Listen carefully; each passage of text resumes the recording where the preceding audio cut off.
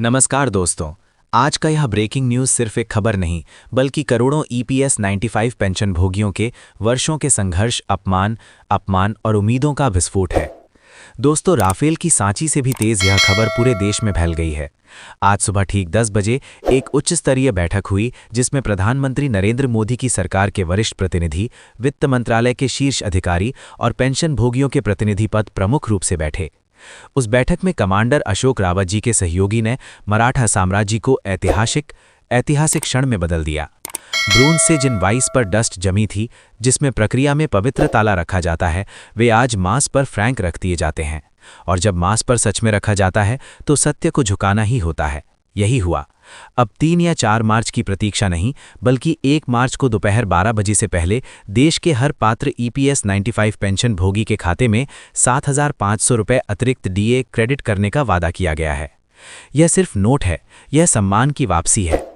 आज सुबह 10 बजे की बात है कि मामला का सामान्य नहीं था। कहा जा रहा है कि जब वित्त मंत्रालय के अधिकारी औपचारिक भाषा में प्रक्रिया और बजट का आकलन दे रहे थे, तब अशोक रावत जी ने स्पष्ट शब्दों में कहा था कि छोटे बुजुर्गों के सब्र का इम्तिहान अब और नहीं लिया जाएगा। उन्होंने यह भी साफ कर दिया कि अगर 1 मार्च दोपहर 12 बजे तक राशि जमा नहीं होगी तो देश भाईचारा आंदोलन की जिम्मेदारी सरकार की होगी। यह कोई हल्की चेतावनी नहीं थी। यह उस पीढ़ी की आवाज़ है जिसने देश बनाया, उद्योग बनाया, कर चुकाया और अब बुढ़ापे में अपने हक के लिए दर-दर भटकने को मजबूर हुई। सालों तक यह कहा गया था कि फंड की कमी है, प्रोसेस पार्टनर है, गणना चल रही है, लेकिन जब निगम ने घरों का कर्ज माफ कर दिया तो किसी भी प्रक्रिया में देरी नहीं की गई। आज वही प्रश्न मांस पर रखा गया। यदि उद्योगपतियों के लिए खजाना खोला जा सकता है तो पेंशन भोगियों के लिए ताला क्यों लगाया जाए? कमांडर अशोक रावत जी के हाथों में वे काली मूर्तियां प्रतीक बन गई हैं। प्रतीक उस व्यवस्था का जिसमें नीचे आम आदमी की फाइलें हैं और वंचित लोगों की फाइलें ऊपर उठाई गई हैं। आज उन उपकरणों से कूड़ा हटाया गया। बताया गया कि कोई भी ईपीएस 95 पेंशन भोगियों की न्यूनतम पेंशन 7,500 रुपये नहीं है, बल्कि डीए की मांग अव्यवहारिक मांग नहीं बल्कि न्याय संगत मांग है। ब्रूंज से पेंशन इतनी कम रही कि दवा, फैक्ट्री, बिजली, राशन सब कुछ चलन में नहीं रहा। घनी हल्दी रही लेकिन पेंशन वहीं जगह अटकी रही। होली जैसे त्योहार पर जब परिवार में रंग और मिठास की उम्मीद होती है, तब बुजुर्गों के घर में चिंता और अपमान क्यों हो? इसी प्रश्न ने आज की बैठक को अंतिम रूप दिया गया।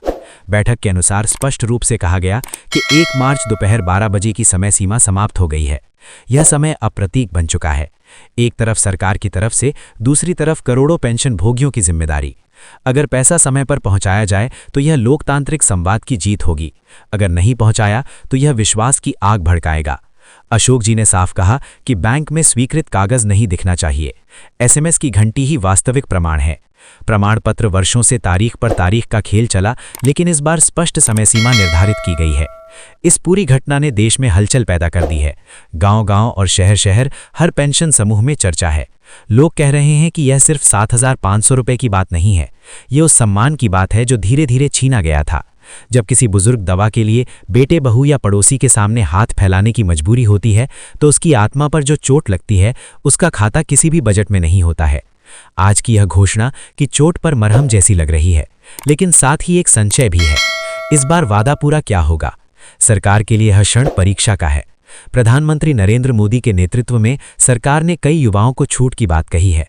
अब पेंशन भोगी उम्मीद कर रहे हैं कि उनके साथ भी न्याय होगा। वित्त मंत्रालय के अधिकारियों ने हस्ताक्षर कर दिए हैं कि प्रक्रिया को तेज किया जा रहा है। बैंकों को निर्देश दिए जा रहे हैं और तकनीकी नामांकन पूरी तरह से जारी किए जा रहे हैं। लेकिन पेंशन भोगियों का कहना है कि वे शब्दों से नहीं मिलेंगे। 1 मार्च दोपहर 12 बजे के बाद देश के इंटरैक्टिव बैंक डेटाबेस पर ध्यान दें।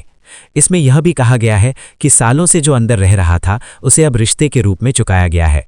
अलग अलग राज्यों में बैठकें, दिशा निर्देश और धरनों के बाद यह एकजुटता बनी हुई है।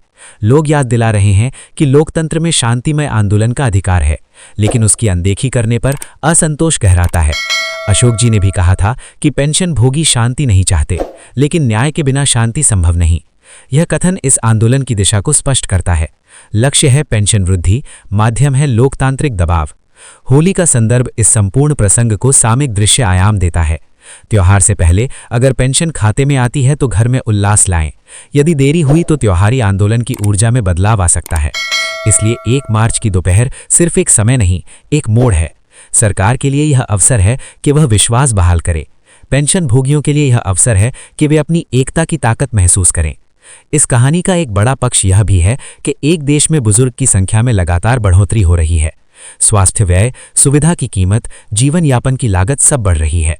ऐसे में न्यूनतम पेंशन वृद्धि हुई विलासिता की आवश्यकता नहीं।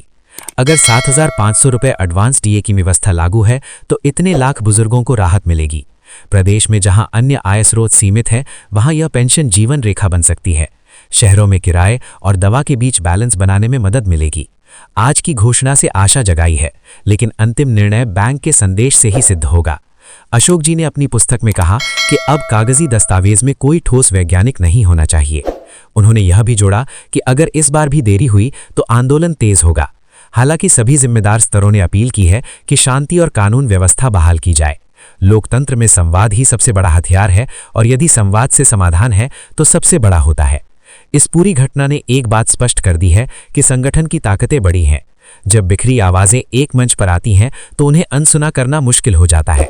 EPS 95 पेंशन भोगियों ने वर्षों के संघर्ष के बाद आज एक कदम उठाया है। अब सबकी नज़र 1 मार्च दोपहर 12 बजे है। अगर वादा पूरा हुआ तो यह ऐतिहासिक जीत कहलाएगी, यदि नहीं तो यह संघर्ष का नया अध्याय होगा। दोस्तों, इतिहास ऐसे ही पलों से बनता है। आज का दिन शायद आने वाले वर्षों में उस मोड़ के रूप में याद किया जाएगा जब बुजुर्ग ने अपने सम्मान के लिए आवाज उठाई थी और सत्य को न्याय दिलाया था।